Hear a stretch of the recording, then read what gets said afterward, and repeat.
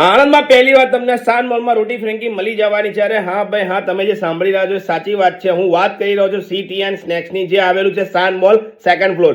અહીંયા તમને ફૂડ તો એકદમ ટેસ્ટી મળે છે, પણ સાથે સાથે તમારી હેલ્થનું પણ ખૂબ જ ધ્યાન રાખવામાં આવે છે, કારણ કે અહીંયા બધી જ ફૂડ આઇટમ એકદમ હોમમેડ રહેવાની છે. એટલે હવે તમારી ચિંતા કરવાની કોઈ જરૂર નથી. એન્ડ ગાઈસ, અહીંયા હાઇજીનનું પણ બહુ જ ધ્યાન રાખવામાં આવે છે. અને અહીંયા બધું જ ફૂડ એકદમ ટેસ્ટી હોય છે.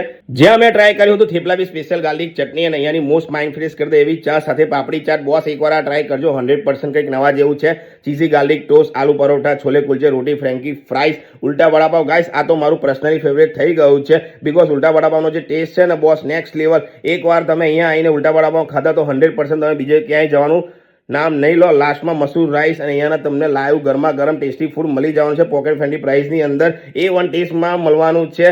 તો હવે રાહ શું જોવો છો? જલ્દી તમારા ફૂડી ફ્રેન્ડને આ રીલને શેર કરી દો. બાકી કોન્ટેક્ટ અને એડ્રેસ સ્ક્રીન પર આપેલું છે, તો વહેલા તે પહેલાં પહોંચી જ જજો હો ને.